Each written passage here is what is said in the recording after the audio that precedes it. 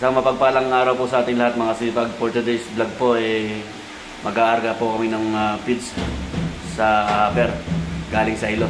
Bali sinesita po namin dito sa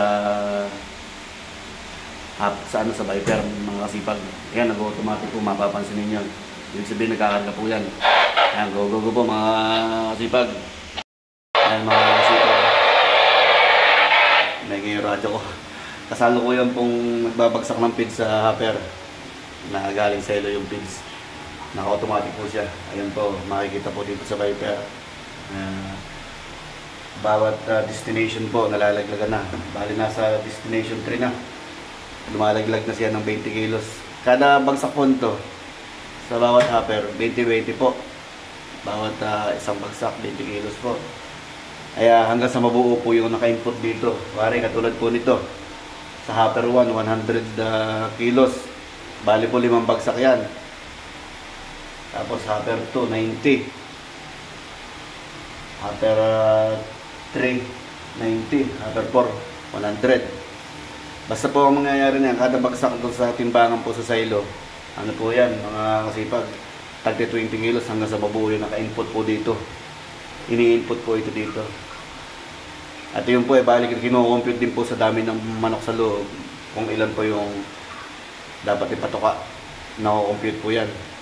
Kasi po mayroon nangyayari yung nababawasan po yung manok, nagkakaroon ng mortality. Ayun, nababawasan po yung tutuka, kaya umuunti. Pero ngayon po, pumunta po sa paglaki ito dahil punta sa pag-edad yung mga manok.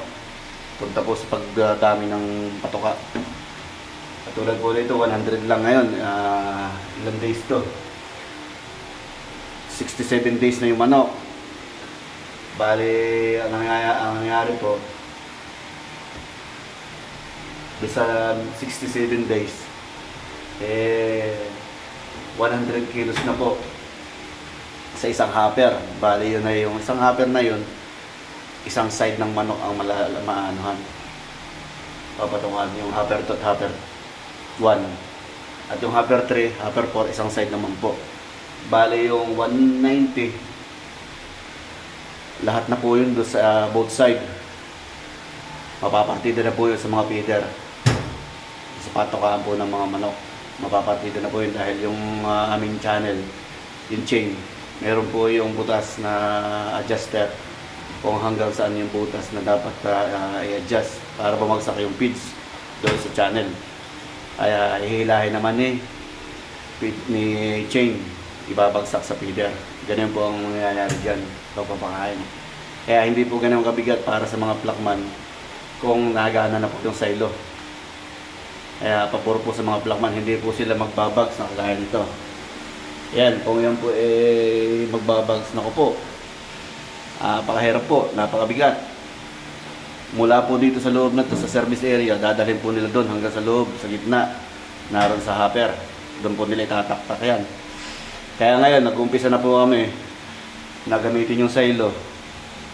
Padaan na po sa silo yung feeds para hindi na po mahirapan yung mga plakman. Unang-una, yun po naman talaga ang kahilatnan yan. Gagamitin po talaga yung silo. Yan mga kasipag. Yan mga kasipag, hindi nang lumabas yung dalawa kong kasama doon sa sa loob. Papatapos na po, nasa hopper 3 na to. Natawagan ko na sila. Tommy. Sir. Pwede na yan. Pwede na kayong lumabas. O kaya, patapusin na natin hanggang hopper 3. Sige sir, dito na sa pinto Sige, nandiyan na pala kayo. Okay na yan, dire-diretso na yan. Andyan, narito na po yung dalawang kasama mga kasipag.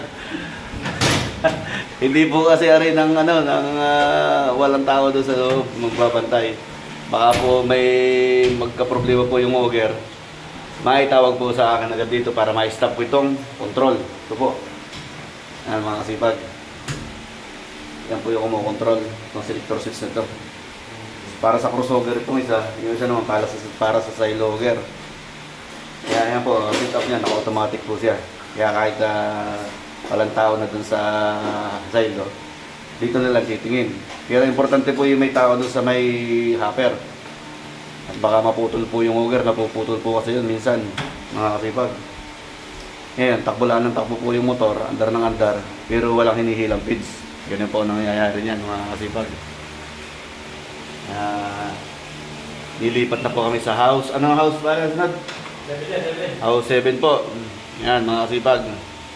So go, lilipat na po sa house 7. Yan po mga kasipag, punta na po kami sa house 7. Bali, kailangan po namin binantayan yun. Yung pong destination 1 saka destination 2 mga kasipag, sira po yung automatic outlet nya. Ay maghahanap pa po kami ng pangkabit. Ngayon iminanwal lang po namin sungkitin yung over, yung nagko-close open po nung auger. Ay nung makalampas na po sa hopper 1 hopper 2, okay na po yun, nag-automatic na po doon sa hopper 3 kasi meron po yung siyang automatic outlet. Yan, narito na po kami sa house 7 mga kasipag. Bali, pre, alin ang walang laglag dito? Ano sir? Hopper ano? Hopper 2 and 3. 2 and 3. Titingnan natin dito. Yan, mga kasipag, titingnan ko po dito sa Viper. Kailangan natin i-zero yung laman ng ano nito. 1.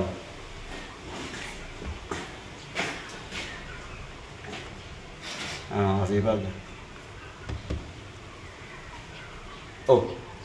Nasa hopper 2 na ito eh. Completed na yung hopper 1. Oo nga sir, yung hopper 2 saan bumagsak sa hopper 4 kasi diyan ibuhos yung hopper 2. Kaya in-stop. Ngayon, i-manual mo munang i-open. Tanggalin mo yung automatic outlet. Kaya ginawa natin sa house 3. Yan mga kasipag. Gagayahin na rin lang po namin yung ginawa sa ano sa house 3. Kasi nagka-problema rin po yung automatic outlet. Daan din po ng electrical kasi yun. Yun po yung may dalawang gear. Yung isang gear na mali, yun po yung nakakabit sa gear nung outlet nung auger. Kaya pagka hindi mandar si automatic outlet, hindi po siya magko-close o mag-open yung dinadaanan ng feeds. Ay mga kasipag, nagpasok na sila kasipag Tom sa kasipag Proilan. Raradyo na lang po kung ano yung dapat gawin.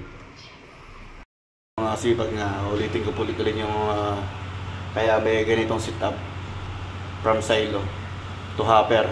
Yung po kasing hopper na yun, yung malaking imbudo sa loob ng building. 4 na hopper po yun. Kaya po yung dinesign na ganito, ganyan. Saka pabura na rin po ng mabilis na trabaho. Hindi na po siya bubuhatin ng tao, yung feeds.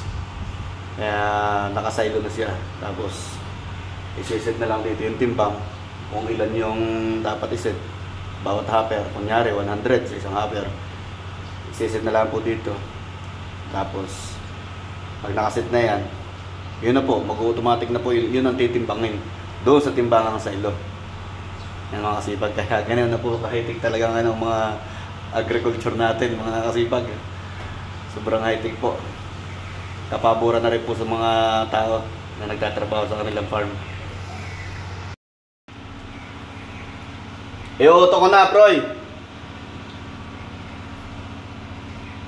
Proylan, iuto ko na yung silo at saka yung crossover.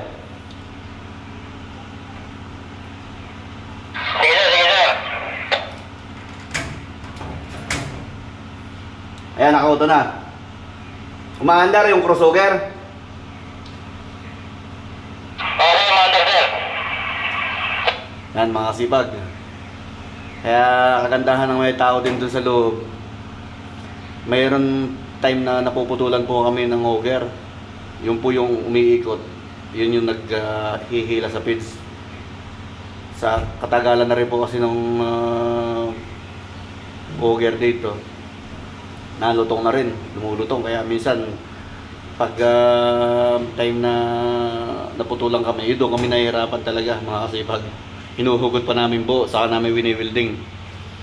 Kaya yun ang doon lang kami nahihirapan. Ayan, tuloy-tuloy na po ulit yung mandar. Ayan o. Bali, sa hopper to, nakakalaglag na ng 60 kilos. 3 bagsak na yan, ibig sabihin mga kasipag. Ayan po mga kasipag. Bawat isang hopper po niyan, destination 1 hanggang 4, tagi 89 kilos. Ayan, ibig sabihin nitong hopper to 88.9 0.8 completed na yan. Hihintay na lang lumipat dito sa destination 3, sa hopper 3. Yan, mapapansin po ninyo, susunod na po yan dito sa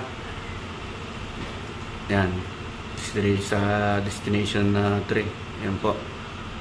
Ayan, nagpi-feeling na po. Diretso na yan. Hindi na po ang bagsak sa hopper 3 yan. Kaya yan ang kalupit ang ating agriculture ngayon. Napaka high-tech. Iwas pagod. Iwas laki ng trabaho. Kaya napakagaling.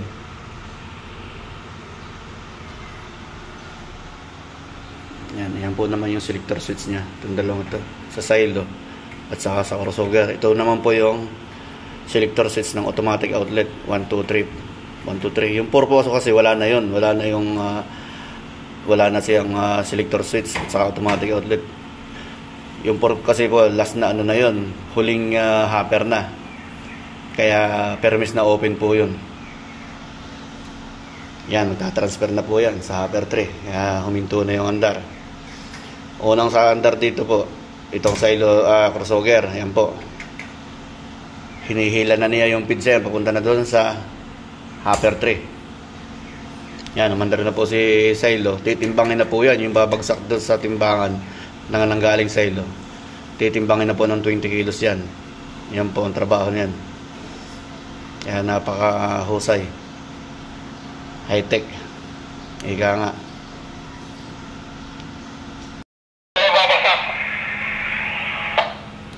Nag-open na. Okay na. Yung hopper 3. Bumabagsak na.